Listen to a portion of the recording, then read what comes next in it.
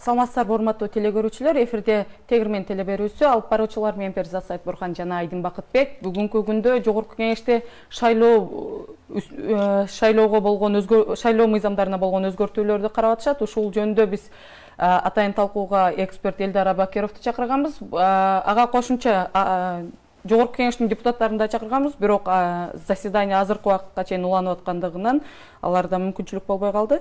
Элдар мырза, саламатсызбы? Биринчи суроо бул ошол негизи эле шайлоо мыйзамына киргизилип аткан өзгөртүүлөр азыр мисалы үчүн босого 3%га түшүрүлгөнү, анан күрөө 1 миллионго түшүрүлгөнү жөнүндө сөздөр болуп атат да. Анан эгер ушул өзгөртүүлөр кабыл алынып калса, кийинки келе жаткан жогорку кеңештин чакырылышынын составы кандай болуп өзгөрүшү мүмкүн бүгүнкү күндөгүдөн? Интернетте бир талдоо, бир анализ жүрөт. Эгер бул шайлоодо 3% болсо, кайсы партиялар өтмөк.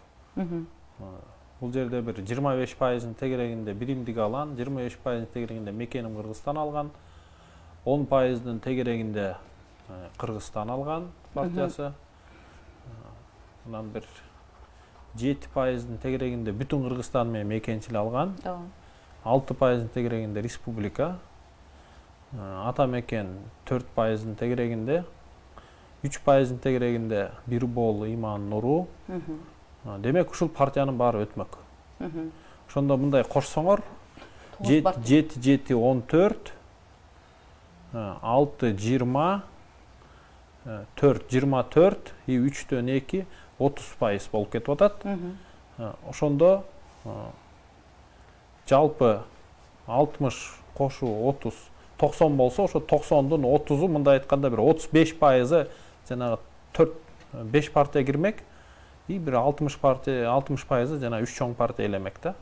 7% менен эмне болуп калды? 7% менен 120 депутаттын 107-син жана 3 эле партия элеп калды. Демек бул чоң айырма болмок да. 35%-ын демек ошо 40%-га жакынын бир 3-4 кичирээк партиялар кирмек да. То есть бул өтө чоң айырма да. То есть 7% менен 3%-ын айырмасы өтө чоң деген нерсе. То есть күчтөрдүн ошол жерде кошулганы, партиялардын кайсы партия кирген жогорку кеңеш өтө чоң айырма болмок. Мурдагы шайлоолордо мисалы үчүн 7% болгондо 7%-дан аз алган көптөгөн партия болгон да, мисалы үчүн мурда деле ошол 10дон ашык партиялар катышып, анан алардын 7%-дан алгандары бир мурдагы шайлоодо бир 10дой партия шайлоонун сыртында калып калды да, жогорку кеңештин сыртында. Демек азыркы күндө биз ошол элдин жогорку кеңештин өкүлчүлүк функциясын жогорулатууга мүмкүнчүлүк болмок да, азыркы. Өткөн шайлоо менин эсимдегинен 5% болчу ал кезде. 5% болуп, ошондо ата мекен араң 5%-дан өткөн, өнүгүү, анан Бирбол өткөн, бүтүн Кыргызстан ошо 5%-ын тегерегинде болуп калган да. 7% болсо, бул партиялар да өтпөй калмак да. Демек 7% менен 5%-ын айырмасы өтө чоң. Өкүлчүлүк боюнча айтсаңар, мына 3 миллион 400 миң шайлоочу болсо Кыргызстанда, ошонун 2 миллиону шайлоого катышыптыр, 2 миллион 900 бирдеме. Демек 10% бул 190 миң, 5% бул 80-90 миң тегереги да. 5% кылып койгондо деле 90 миң, 85 миң адамдын ою уже мындай айтканда кызыкчылыгы жогорку кеңешке кирбей калып атат, өкүлчүлүгү. Бул да чоң маселе. Кыргызстанды изилдеп көрөлү. Бизде кичи шаарлар бар, кичи менен орто шаар дептир атайбыз аларды. Нарын, Каракол, Талас, Балыкчы, керек болсо Жалал Абад деле кирет анын арасына, Баткен, Исфана. Ал жерде 30 миңден 40 миңге чейин шайлоочу бар, бирок катышкан 20 миң тегерегинде. 2 миллион шайлоочу болсо 1% бул 20 миң. Демек 1% кылган деле туура болмок менин оюмча, 3% деле бул көп. Бир шаардын кызыкчылыгы жогорку кеңеште каралбай калып атат. Ошон үчүн менин оюмча да 3% да көп, 1%га түшүш керек менин оюмча. Элдар мырза, ошо 1 же 3% аркылуу ушу пропорционалдык өкүлчүлүк принцибин өзүнүн логикалык чегине жеткирсек, анда парламент көптөгөн чакан фракциялардан туруп өкмөттү куруу үчүн көпчүлүк түзүү татаалдайт, керек болсо мүмкүн да болбой калат да. Анан биз ушу Голландия, Данияда ушу 1-3% турбайбы, биздин саясий партиялардын институционалдык деңгээлин карагандачы кандай болуп калат? Татаалдашып, портфель талашып, өкмөт көпчүлүк коалициясын кура албай, кризистен кризиске уланып кете бербейби? Менин оюмча Кыргызстанда андай маселе болбойт. Анткени бизде не дээрлик идеянын тегерегинде бириккен бир да партия жок. Мындай принципиалдуу түрдө там либераллар же консерваторлор, оңчулдар же соңчулдар деген бизде анчалык идеология жок, андай партиялар да жок. Бизде көбүнчө адамдын тегерегинде, ресурстун тегерегинде, региондо кайсынын муштуму чоң же акчасы көп, ошого окшогондор утуп кетип атат шайлоонучу. Эч кандай идея жок. Ошондуктан майда партиялар өтүп кетсе, бир фракциялар коалицияга бириге албай калат деген сөз менин оюмча бул куруу сөз. Андан тышкары мына азыр деле бүгүн сөз жүрүп атты, референдум өткөзүш керек, анда мандат кылыш керек. Анда мандат болсо 70 киши болсо 70 ой менен кирет, бир да партия жок. Анда бул андан да татаал деген сөз да. Маселе ал жерде жок менин оюмча. 1% менен кылса деле сопсон эле коалициялар түзүлөт. Мына 7% менен өткөн, 5% менен өткөндөн кийин 6 фракция коалицияга биригип өткөндө дагы мындай программанын негизинде көпчүлүк коалициясын түзбөй, жанагы негизги соодалашуу, жанагы министрлер портфелдери болот да. Биз биринчи вице-премьерди дайындайбыз, биз бияка губернаторду дайындайбыз депчи. Анан ушу мисалы 10-15 фракция өтсө, ушулар олигархтар, капчыктуулар партия түзүп алып, ушу 3% аркылуу эле добуш сатып алып, жеткиликтүүчү бир 100 000 добуш менен өтүп, анан соодалашууга алып келбей, бул жөн эле партиялар бизнес проект болуп калбайбы 3% болсо? Эми биле силер олигархтар деп атпайсыңар, мына чоң партиялар көбүнчө олигархтар келип атат да. Олигархтардын керек болсо мындай жакшы татыктуу деле кадрларын деле өкмөткө биз көрбөй элебиз да. Тескеринче ар кандай партиялар келсе, ал жерде жанагындай капчыгы чоң эмес, олигарх эмес партиялар келет. Олигарх эмес партияларда жакшы кадрлар болушу мүмкүн. Жакшы кадрлар мына өкмөттү иштеп, оңой турган кадрлар ошол жерден чыгышы мүмкүн да. Менин оюмча бул утуш болот. Ошол барьерди түшүргөндөчү.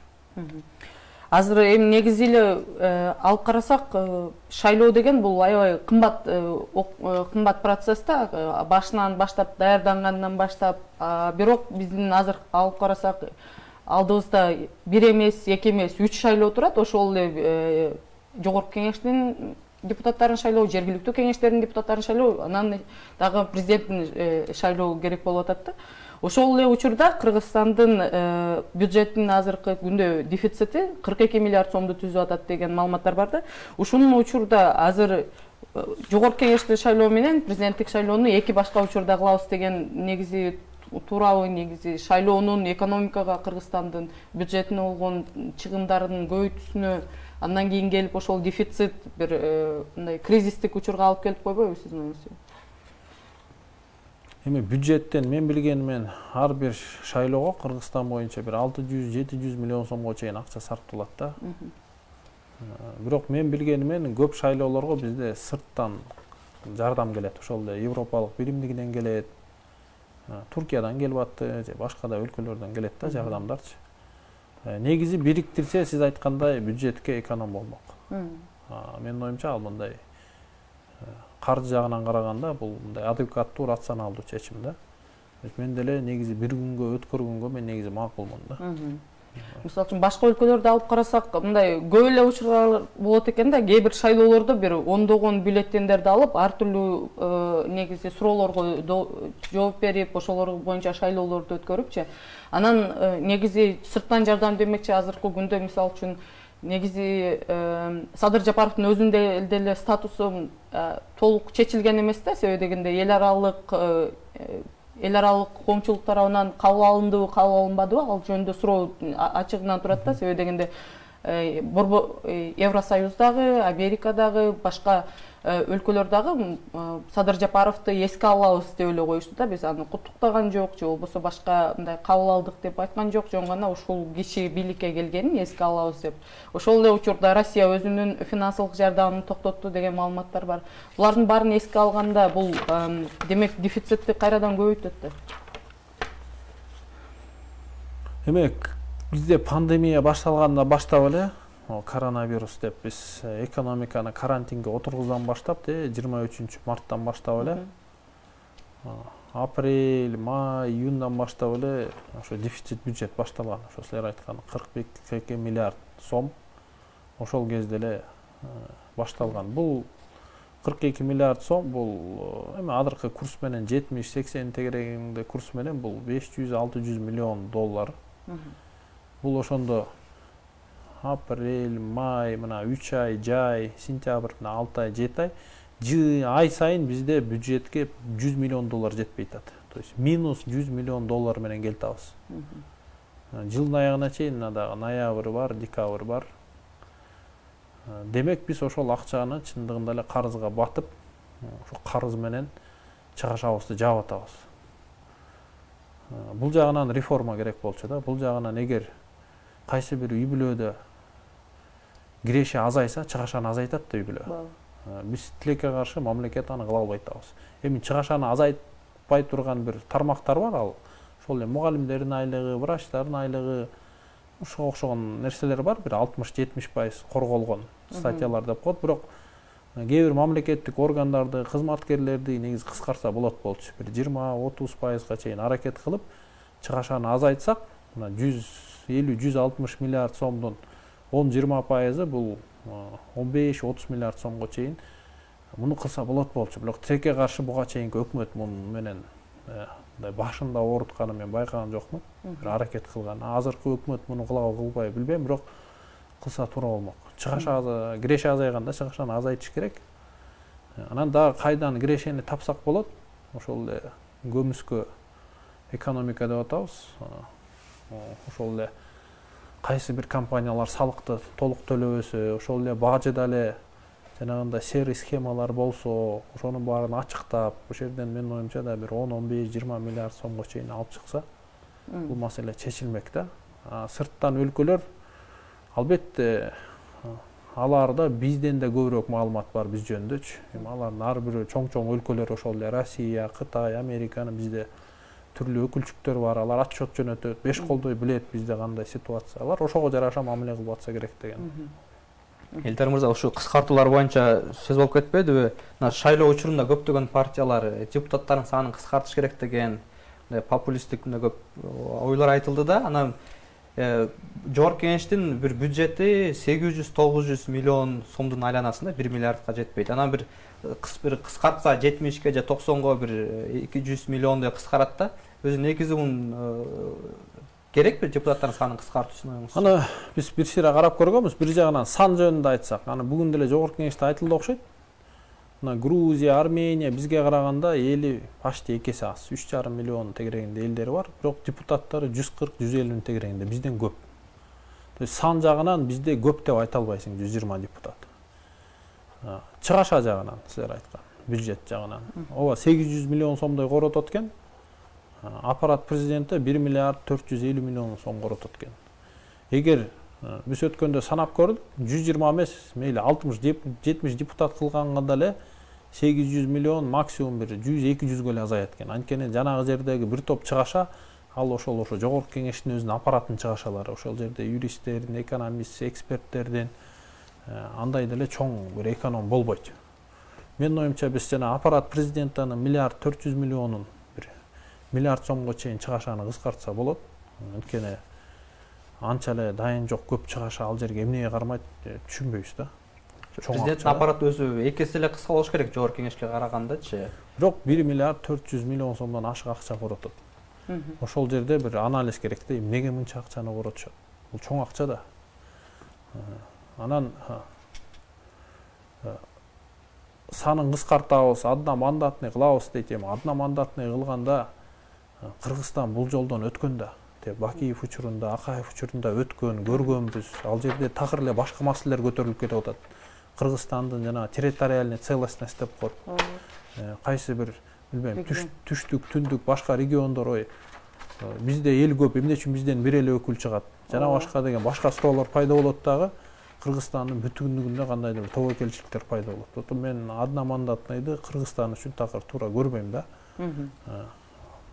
ушу анда мандаттын боюнча бирок ушу айтып атышат, эл ушуну талап кылып атат деп. Садыр Жапаров да айтып кетти, бул элдин талабы депчи. Бирок сиз айткандай ушу жолдон өткөнбүз да, анан ушу жанакы жабык, биздики азыр жабык пропорционалдык тизме го. Ушу жабык деп атайын ушу конституцияны кабыл алып атканда 2010-жылы бунун логикасы ушу Кыргызстан жанакы бейформалдык социалдык эрежелери бар го, кыргызчылык, тууганчылык, жердешчилик депчи. Анан ушуну жоготуш үчүн Кыргызстан бир округ катары кабыл алынып, шайлоочулар партиянын идеясына, программасына добуш берсин деп кабыл алынган да, бирок ошо саясий партиялар ошого карабай эле кайра эле эң биринчи ушу республика баштады болуш керек, округдарга бөлүп, ичинен ушу тизме түзүп, ким көбүрөөк округтан добуш алса депчи, ушу жабык тизмеге ушунун логикасына каршы келип атпайбы? Ушул жагын кантип ойлондурабыз да? Мисалы 3% менен деле партиялар ошого барышат да, кайра эле округдарды бөлүп, анан ким көбүрөөк алса деп. Бул жанагы мыйзам эме жагынан чийки болуп калганда, партиянын ичинде тизмени ким тастыктайт дегенде, же лидер партия тастыктайт, же жанагы силер айткандай округдар бөлүшүп алып, жарыш болот, жат жабыш болот. Ошондуктан жанагындай форма 2 деген пайда болду. Форма 2 өзүнүн тууган досторун бир округдан бир округга ташыса, бир экинчилери аны чоң подкуп механизмге айландырып салды. Бул мыйзамдын чийкилиги. Бул жана май айында деле дагы депутаттар сунуштаган. Жана преференциалдуу партиянын ичинен адам партияны, анан ичинен адамды тамдасын деген системаны киргизсек, бул маселе чечилмек. Ошондо мына мен, например, Элдар Абакиров өзүм Чүй регионунда, бирок мени мүмкүндүр Оштон көп колдоп келмек, же билбейм, Көлдөн көп колдоп кетмек. Ошондо мени шайлоочум кайсы жерде болсо деле, Россияда болсо деле, Кыргыздын жараны, ал деле мага добуш берсе, ошол мен көп добуш алсам, автоматически тизмеден алдыга жылмак, ала албагандар артка жылмак. Ошондо жана округ системасы чечилмек. Бул мыйзам даяр. Муну ошол майларда кабыл алса жакшы болмок. Бул маселе чечилмек, бирок кабыл алышкан жок. Бирок мен ойлойм, келерки чакырым муну кабыл алат, ошондо бул маселе чечилет дейбиз. Бирок ушу 3%га түшүргөнү менен деле, форма 2-ни жоготкон менен деле, күрөөнү түшүргөндөрү менен делечи, кээ бир талапкерлер баары бир эле форма 2 жокуп деле өзүнүн туугандарын ташып, ошо ачык тизме болсо деле капчыктуулар добуш сатып алып, өзүнүн партиянын ичиндеги добушун көбөйткөнгө мүмкүнчүлүгү бар да. Ушул механизмдер деле чоң проблемалар чечип берет атпайбы? Жок, мындай да. Партиянын ичинде тизмеде 100 киши бар дейли.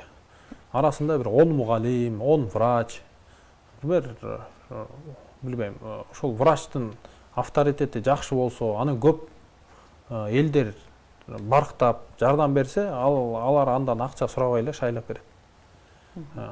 Кыргызстандын кайсы жеринен болсо шайлап берет. Форма 2 менин оюмча деги бул кереги жок. Анткени биз биометрика дегенди киргиздик. Биометрика эмне? Мына мен келдим, мына мен отпечатки пальцев деп коебуз. Мына бармагымдын изи жана менин паспортум бар. Мен бул мен экенин көрсөтүп атам. Мына мен Абакиров Элдар. Мына мен бармагым изи, бул мен экенин тастыктап атам. Мен добушумду Көлдөн беремби, Оштон беремби, Москвадан беремби, эмне айырмасы бар? Система тастыкташ керек. Туура бул экен, добушум бул партияга берди, все. Форма 2-ни ушинтип эле жок кылыш керек. Биометрика киргизилген, толугу менен уже фундаменти даяр, просто муну кылыш керек. Бул биринчиден. Экинчиден, жанагы подкуп системасы толугу менен жоюлбайт дебейсиңби? Подкуп системасы эл үчүн принцип только акча болсо, ал аны бир да система чече албайт. Одна мандатный да чече албайт, башкасы да чече албайт. Ооба канча бир пайыз эл тилекке каршы акча менен алданышы мүмкүн. Бирок ал боюнча менин оюмча бир 40-50 громкий уголовный иш козгош керек. Добуш сатып алганды дагы, добушун сатканды дагы кармап эле, катуу эле мындай уголовный иш козгозго эле, телевизордон көрсөтсө эле эл түшүнөт, бул жаман нерсе экен, бул үчүн камалып да кетиш мүмкүн экен деп туруп эле, ошол нерсе болуп токтомок да. Тилекке каршы бул шайлоодо муну кыла албадык. Келерки шайлоодо мүмкүн кылабыз. Ошо 20-декабрда деле болуп турган шайлоодочу форма 2 жок эле кээ бир капчыктуу талапкерлер өзүнүн округунан добушту көбөйтүш үчүн, жана көрсөткүчкө мандат алып көрсөткүчкө жетиш үчүн кайрадан эле ташый берет да, каалагандай кылыпчы. Ушу маселени ага чейин ушу дагы кандай жолдор бар? Балким мен айтып атпаймынбы, эгер жанагындай преференциальный режим кирсечи, мени Көлдөн шайлай, Оштон шайлай, баарын менин капчыгыма кетет, ошондо мен ташыгандын мааниси жоголот да. То есть ошол мыйзам менен бул маселе чечилет. Азыр негизи эле ошол мыйзам бузууларга келсек, азыркы күндө Борбордук шайлоо комиссиясы жанагы 12 партиянын атынан Мекеним Кыргызстан, Биримдик жана Кыргызстан партияларына болгон арыздарды башкы прокуратурага өткөрүп берди да. Мунун ичинен ошол негизи ошол 3 партияны кийинки шайлоого катыштырбоо талаптары, ошол башка дагы жоопкерчиликтери каралыптыр да. Анын экинчиси болсо, азыр болсо ЦИКтин ошол партияларга эмес, себеби дегенде ал партиялардын мүчөлөрү азыркы жогорку кеңеште отурушат, башка жерлерде отурушат, бирок азыркы күндө кайрадан Борбордук шайлоо комиссиясына болгон кысымдар жөнүндө сөз болуп атат. Бүгүн эле мисалы үчүн Ички иштер министрлигинен ар кандай чакыруулар келип, эгер келбесиңер күч менен алып келебиз деген коркутуулар болуптур да Борбордук шайлоо комиссиясына. Ушул негизи эле көз карандысыз, эми мыйзам түрүндө көз карандысыз болгон Борбордук шайлоо комиссиясына болуп аткан ушундай ар кандай күч көрсөтүүлөр, мындай дымак көрсөткөндөр бул кийинки шайлоодо дагы ушундай эле административдик ресурстарды колдонуп, бийликчил партиялар кайрадан жанагы ушундай мурдагы келаткан иштерин уланта берет деген түшүндүрүү. Мен негизи юрист эмесмин, мен экономистмин да. Экономист катары силерге жооп берейин бул суроого. Ар кандай нефть, газ бай өлкөлөр бар. Ошол эле Казакстан, Россия. Ал жерде бюджеттин дээрлик бир жарымынан көбү ошол газ, нефть сатып толот. Эгер эл кыйналып ачка болуп баратса, ошол жерден салыкты көбөйтүп, же саткандан ошол көлөмүн көбөйтүп, ошолордун пенсиясын, мугалимдердин айлыгын, врачтардын айлыгын көбөйтүп, мындай айтканда экономикалык, социалдык маселени ошентип чечишет. Кыргызстан андай өлкөлөргө кирбейт. Андайлардын тизмесине кирбейт. Эгер бизде эл иштесе, тынбай, салык төлөнсө, ошондо бюджетте акча пайда болот. Качан эл иштейт? Качан бизнес өнүгүп өркүндөйт? Эгер ишеним пайда болсо, ишеним кандай жол менен пайда болот? Мен билбейм, ушул укук коргоо органдарына ишенем. Мен буга ишенем, мен бийликке ишенем, мен бири-бирибизге ишенем, мен бул өлкөнүн мыйзамдарына ишенем деп, ошондо бизнес өнүгөт, ошондо бюджет толот. Коркутуу менен бул маселе чечилбейт. 30 жылдык Кыргызстан тарыхын көрдүк. Акаев болду, Бакиев болду, Атамбаев болду, жемна көрдүк. Коркутуу, үркүтүү менен Кыргызстанда экономикалык маселе чечилбейт. Ишеним керек. Ишенимдин экономиканын өзөгү бул ишеним Кыргызстанда. Ишеним болбосо экономика болбойт. Экономика болбосо бюджетте акча болбойт. Бюджетте акча болбосо врач, мугалим, пенсия, башка акча жок болот дагы. Албетте бул эл буга каршы чыгып көтөрүлөт. Ошон үчүн эң негизги максат ишенимди жаратуу. Ишенимди жанагындай коркутуу аркылуу жарата албайсың. Эгер сен барып ЦИКти коркутуп атсаң, анан барып шайлоо учурунда элди коркутсаң, билбейм, депутаттарды коркутсаң, башка бирөөлөрдү коркутсаң, коркутуу ишенимге алып келбейт, экономика талкаланат. Экономика талкаланса, эл өзү эле нааразы болуп көчөгө чыгат. Ошон үчүн өткөн 30 жылдыктан биз сабак алып, буга негиз жол бербешибиз керек да. Бул туура эмес. Бул кайра эле убакыт жоготобуз, кайра эле кыйналабыз. Кыйналганда ким кыйналат? Жөнөкөй эл кыйналат. Ошол Борбордук шайлоо комиссиясына азыр президентке ар кандай азыркы президенттин милдетин аткаруучу Садыр Жапаровго ар кандай сунуштар түшүп атат, өзүнүн президенттин квотасы менен келген кишилерди алмаштыргыла депчи. Демек ошол эле учурда бул Борбордук шайлоо комиссиясынын башчысы Шайлдабекованын жана анын дагы бир канча өкүлдөрүнүн кеткенин билдирет да. Ошол эле учурда Атыр Абдрахматова дагы өзүнүн милдеттеринен баш тартты. Бул деген жаңы Борбордук шайлоо комиссиясынын басымдуу бөлүгү жаңыланат деген түшүндүрөт. Эгер ошондой болсо, техникалык жактан жаңы состав келип, ошол Борбордук шайлоо комиссиясынын ишин алып кете алабы сиздин оюңузча? Менин оюм жанагы эле. Азыр 21-кылым, азыр соцсеттер бар, башкасы бар, интернет бар, эл баарын көрүп турат. Ошол көргөн аркылуу ишеним жаралабы, жаралбайбы деген суроо. Ишеним жаралса, БШКга ишеним жаралса, шайлоого ишеним жаралса, анда бийликке да ишеним жаралат, анын аркасынан экономика көтөрүлөт, бюджет толот, баары жакшы болот. Ишеним башынан эле жоголсо, акыры баары жок болот. Бул мындай айтканда ушундай бир пирамида деп койсок болот да, домино. То есть бул жерден куласа баары кулайт. Бул жер туруктуу болсо, баары туруктуу болот. Ошону биз ойго алышыбыз керек. Элдар мырза, ушу ишеним боюнча да бул Борбордук шайлоо комиссиясы ушу 5-6 октябрдагы окуяларга шайлоону жараксыз деп табууга түздөн түз жоопкер да. Бул административдик ресурстун колдонулушуна керек болсо ачыктык боюнча мисалы Борбордук шайлоо комиссиясынын көп жыйындары жабык өтүп, эсибизде Атыр Абдрахматова болбой өзү Facebook аркылуу түз эфир кылып столдун четине коюп койчу да, журналисттерди киргизчү эмес. Анан кайра эле ушу Борбордук шайлоо комиссиясы шайлоо өткөргөн атат. Анан биз буга чейин дагы партиянын ошо реформа, Ордо партиянын өкүлдөрүн чакырдык. Алар жок, Борбордук шайлоо комиссиясы алмашпаш керек, азыркы состав менен шайлоо өткөрүш керек деп атышат. Анан сиз ишенесизби ушу шайлоого, ушу Борбордук шайлоо комиссиясы мына Атамбаевка иштеп берген, Сооронбай Шариповичке иштеп берген, админ ресурска иштеп берген, алардын айткандарын кынтыксыз аткарган, кайра эле таза шайлоо өткөрөт деп ишеним барбы? Талапкер катары сиздин. Мындай да мурун Биримдик партиясы, Мекенем Кыргызстан партиясы бийликтик болсо, азыр келерки шайлоодо ким болот?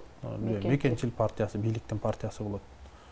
Эгер кайра эле ошол партиянын адамдары БШКга көбүрөөк келсе, ишеним азаят да. То есть мен айткан жокмун азыркы БШКга ишеним толук бар депчи. Бирок кийинки БШКга ишеним мындан көбөйөбү же азаябы деп. Ошон үчүн мен жана реформа ордолорду ал жагынан түшүнөм. Ишеним дагы азайып кетет деген коркунучтан алар азыркы эле курам кала берсин деп атышат. Логика жагынан ал туура.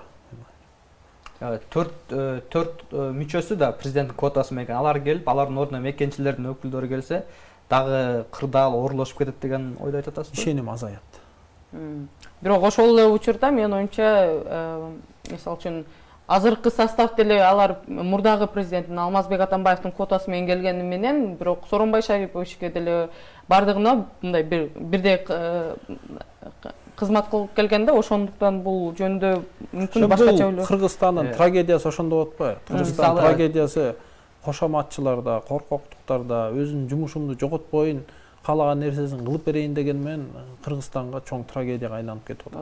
Бул ал жагынан принципиалдуу, духу бекем, ишин билген кишилер турса, маселе башкача болмок. Ошо мисалы ал жакта көпчүлүк коалициясынан келген, анан азчылык коалициясынан келген да өкүлдөр бар да, ошол эле мисалы башка бир бол, башка партиядан келген Борбордук шайлоо комиссиясынын мүчөлөрү партиясына карабай президентке 7 этажга кызмат кылып келишкен. Анан өзү 22 октябрга чейин да убакыт бар эле да. Азыр биринчи Борбордук шайлоо комиссиясы 22 декабрда 20 декабрга шайлоо болот деп убакыт койду. Алар убакытты дайындагандан кийин анан депутаттар жанагы 3% төмөндөтүү барьерди 1 миллион сомго түшүрүүнү шайлоо убактысы дайындалгандан кийин биринчи окуудан карап атышат да. Бул жыйынтыгында ушул чакырылышка ушул пайыздар иштейби же жок, кийинки 2025-жылкы 8-чакырылышка бул механизмдер иштеп калабы деген суроо жаратпайбы? Эми мен оюмча юристтер жооп бериш керек. Мыйзам кол коюлгандан баштап күчүнө кирет да. Ошол ага чейин шайлоо жарыяланып калса, бул мыйзам ага иштейби же иштебейби деген суроо пайда болот. Мен аганча юристтер жооп берсе туура болот го. Бул юридикалык суроо дейсизби же больше мындай саясий маселеби булчу? Саясий эрк аркылуу ошого да юрист жооп бериш керек. Экинчи, мисалы үчүн азыркы Борбордук шайлоо комиссиясында жогорку кеңеште азыр каралып аткан экинчи суроо бул референдум боюнча болуп атат да. Себеби дегенде көптөгөн мисалы үчүн Зулушев сыяктуу азыр башкы прокурор болуп кетти, Талант Мамытов сыяктуу депутаттар азыр конституциялык референдум, шайлоого чейин конституциялык референдум кылып, бийликти кайрадан президентке өткөрүп берүү, депутаттардын санын азайтуу деген сыяктуу нерселерди киргизели деп атат да. Негизи эле, мисалы үчүн буга чейинки болгон конституциянын өзөгүн сиз кандидат болуп келген партиянын лидери Өмүрбек Черкешевич түзүп кеткен. Анан негизи бир жакшы жери бар экен, конституциялык референдумду инициатива көтөрүш үчүн бир 80ден аз депутат болбош керек экен да. Анан 80 депутат колдобой калгандыгы үчүн жанагы бул инициатива ишке ашпай калып атат да. Негизи эле ушул азыркы күндө мисалы үчүн бардык нерсе кайсы бир топтун күчү менен эле чечилип калбадыбы. Мисалы үчүн жаңы мэр келди, ага деле бүгүн мындай 200дөй киши барып ошол мэр кетсин деп атат. Буга чейин мындай министерстволорго же башка жерлерге деле өкмөттүн мүчөлөрүнө бир 500дөй баладар барып мындай күч менен өздөрүнүн министрлерин коюуга аракет кылды да. Эгер кайрадан ошол эле Садыр Жапаровдун болуп, башканын тарапташтары болуп референдумду өткөрүүнү талап кылса, сиздин оюңузча бул өтүп кетүү мүмкүнчүлүгү барбы азыркы мындай бир эйфория убагында? Эми баары бай мыйзам чегинде болуш керек, коркутуу, үркүтүү болбош керек. Чоң муштум жанагындай 100-200 миң адамды чогултуп коркутуу дегенди токтотуш керек менин оюмча. Эң негизгиси ошол. Кайра эле эң башкы нерсе мен айткан ишеним жаратыш керек. Ушул кылып аткан нерселер мыйзам чегинде, ачык, айкын өтүп атат. Эч кимди коркуткан жок. Жанагындай 100-200 миң адам аркылуу келип мындай психологиялык бир кандай басым жасаган жок деген нерсе пайда болгондо биз мындай туруктуу бир абалга ошондо өтө баштайбыз да. Ошону менин оюмча токтотуш керек да. Референдум болобу, болбойбу, кандай болот, кайсы конституция сунушталат, эми ал өзүнчө чоң маселе. Ана эксперттер чогулуп, ачык бир канча элдердин каалагандардын чогулуштары менен бир ачык диалогдорду, дискуссияларды жүргүзгөндөн кийин ошондо тастыкталат. Бирок мен жеке оюм, эми 30 жыл Кыргызстандын эгемендүүлүгү бар. Ошонун ичинен акыркы 10 жыл мына парламенттик система менен аракет кылып атабыз. Көп эле дүйнөнүн эксперттери айтып атат. Парламенттик система бул мындай сбалансированный деп коет. Туруктуу, жакшы система, бирок бул тез убакытта жакшы өзүнүн жыйынтыгын бербейт. Буга бир 2, 3, 4, 5 чакырылышканда бушат депчи. Мына биз алдыда талкууладык го, эмне жетишпейт, жана преференциалдуу система жетишпейт, жана пайызды азайтыш керек. Анан элдин аң сезими да бир аз көтөрүлөт ошондо. Биз ушинтип бышып аткан нерсени кайра эле артка алып кеткендей болуп атабыз да. Анткени может просто дагы 1-2 чакырылышта бул система жакшы бышып жыйынтыгын көрсөтөт. Улам кемчиликтерин оңдоп. Жанагындай башка вариант кайра эле конституцияга кайтсак, жанагындай президенттик башкаруу, эми аны көрдүк, аны Акаевди көрдүк, Бакиевди көрдүк, эми ал система өзүнүн жыйынтыгын берсе ошондо эле бермек. Менин оюмча, мен жеке оюм ушу парламенттик жолду эле аягына чейин бышырсак, Кыргызстан үчүн бул туруктуулукту жараткан бир система да. Элдар мырза, ушу шайлоону жараксыз деп тапкан ошого өбөлгө түзгөн партиялар мыйзам боюнча, ошого күнөөлүү партиялар шайлоого катыша албайт деп мыйзамда так жазылып турат. Буга азыр Борбор шайлоо комиссиясы да буну эми Ген прокуратурага берип атыптыр арыздарды. Анан ошол жерде коомчулук деле айтып атат, Мекеним Кыргызстан, биримдик жана Кыргызстан 3 партия добуш сатып алуу, админресурс аркылуу ушу 5-6 октябрда окуяларга күнөөлүү депчи. Бирок ошол эле учурда арыздар Ген прокуратурага кеткен менен Мекеним Кыргызстан партиясы жогорку кеңеште вице-спикер, Биримдик партиясынын өкүлү вице-спикер, Кыргызстан партиясынын өкүлү болсо спикер да, мындай айтканда мамлекетте экинчи адам да. Көптөгөн ресурстары бар, рычагтары бар, таасири бар дегендей. Анан ушу партиялар жоопкерчиликке тартылат деп ишенесизби? Эми мыйзам жагын мен кыскача карап көргөм. Ал жерде кайсы бир кандидат мыйзам бузууга барса, ошол кандидатты кайра катыштырбай койсо болот деген нерсе бар экен да. Бирок бизде тилекке каршы бюллетень кандидаттар боюнча жок да. Бизде партиялардын бюллетени бар. Жана 16 партиянын тизмеси бар бюллетенде, а мыйзамды бузгандар кандидаттарды чыгарса болот, партияны чыгарса болбойт деп турат деп мен окудум да, билбейм. Силер айткан маалымат башка болуп атат. Жок, кандидат деп ал жерде ошо кичине түшүнүксүз болуп атат, бирок кандидат деп ал жерде президенттик шайлоо жөнүндө да сөз болуп атат, кандидат катары. Анан бул жерде дагы биз БШКга деле суроо бердик, алар дагы так жооп бере албай жатат да. Кандидат ким бул? Партиябы кандидат катары же партиянын ичиндеги тизмедеги талапкерлерби депчи. Бирок негизи ушу мындай айтканда көптөр айтат, бул революция болду деп, төңкөрүш болду депчи. Бирок эң негизги ал жакта жаштардын талабы ушу жаңы шайлоо 3 партияны четтетүү. Анан ушу 3 партияны четтетүү болчу. Четтелген жок, биринчиси. Экинчиси, жаңы таза репутациясы мыкты адамдар өкмөткө келип жаңы таза шайлоо өткөрүш керек деген талап болду, ал болгон жок. Негизи эле таза шайлоого кепилдик азыр мындай күмөн санап атабыз да, барбы жокпу деп. Жанан ушул 5-6 октябрдагы жаштардын талабы аткарылдыбы же аткарылган жокпу? Мен жеке оюм аткарылган жок. Анан мындай да, ар бирөөбүз кыргызбызбы, Кыргызстан жараныбызбы, бизге эмне керек? Бизге күчтүү, туруктуу, коопсуз, өнүккөн өлкө, өнүккөн Кыргызстан керек. Мындай ар бир адам, ар бир партия өзүнүн кызыкчылыгын артка жылдырып, жалпы Кыргызстандын эл катары, мамлекет катары кызыкчылыгын алдыга койсо, ошондо туура чечимге келебиз да. Эгер азыр биз бир жагынан жаштар туура айтып атат, ооба жана 3 партия одоно мыйзам бузулду, массалык түрдө жана форма 2-ни колдонду, добуш сатып алды жана башка деп, аныкы да туура. Бирок тиги партиянын өкүлдөрү эгер чындыгында өзүнүн Кыргызстан үчүн күйгөн адам жаран катары сезсе, алар да ошол жоопкерчиликти сезиш керек. Ар бир жаш сезиш керек. Ар бир жанагынтип күчтүү топтоп бирөөнү коркутам же тигинтем мынтем дегендин баары ошол жоопкерчиликти сезгеймейинче өзгөрүү жакшы жакка болбойт да. Ошон үчүн мен баарын ошого чакырып кетет элем. Кимдин чындыгында күнөөсү болсо, өзү сезип, ошого жараша кадамдар таштаса, Кыргызстан бир туура жолго кетмек да. То есть бул мамлекет, бул эл, бул жер баарыбызга керек. Ошонун кызыкчылыгын өзүбүздүн анча-мынча кызыкчылыктардан өйдөрөөк коюп туруп эле, именно саясий жагынан айтып атам, туруктуулук жагынан.